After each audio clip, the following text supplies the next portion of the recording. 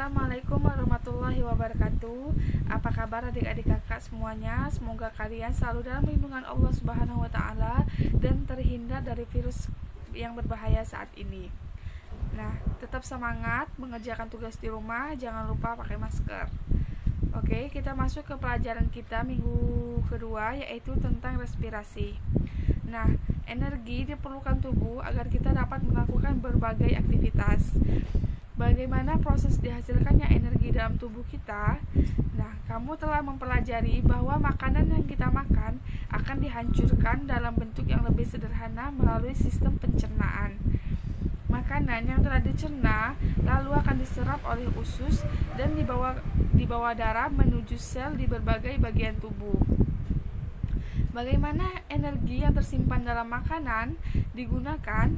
Hal ini dapat dilakukan melalui proses oksidasi bahan makanan di dalam sel. Selama proses oksidasi, oksigen akan diikat dengan glukosa serta melepaskan energi dan karbon dioksida sebagai zat sisa. Nah, proses oksidasi makanan itu yang disebut dengan proses respirasi, yaitu proses ketika organisme hidup memproduksi energi dari makanan yang dimakan.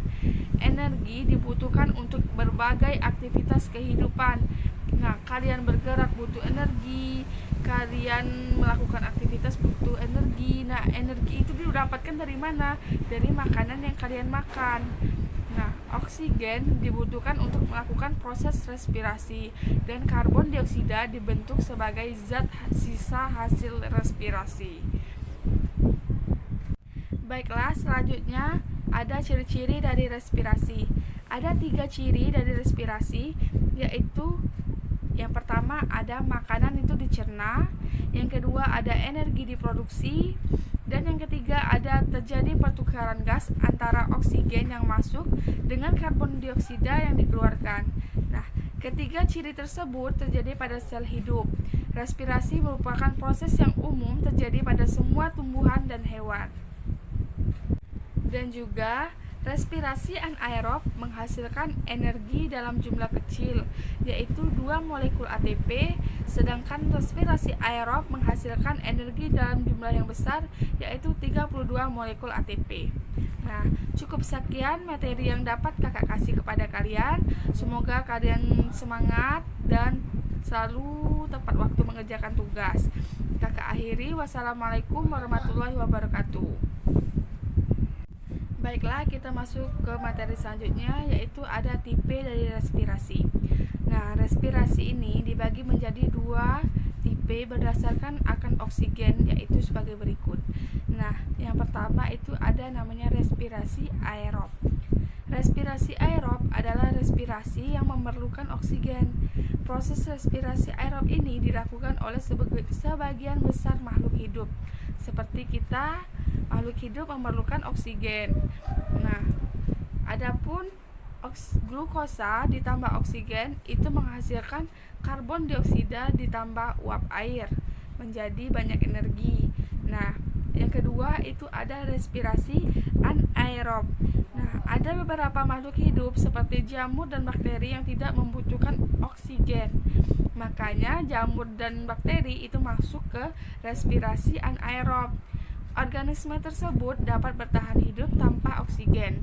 Proses respirasi tidak membutuhkan oksigen disebut respirasi anaerob, yaitu dengan glukosa menjadi alkohol ditambah karbon dioksida dan sedikit energi.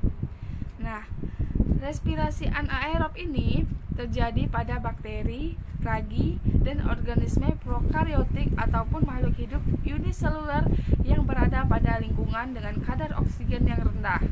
Respirasi anaerob berdasarkan hasil katabolismenya dibedakan menjadi 2, yaitu ada fermentasi alkohol dan fermentasi asam laktat.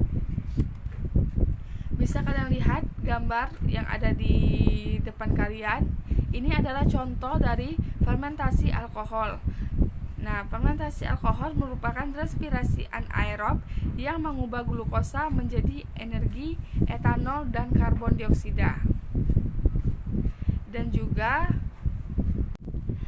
proses produksi energi berlangsung sepanjang hari.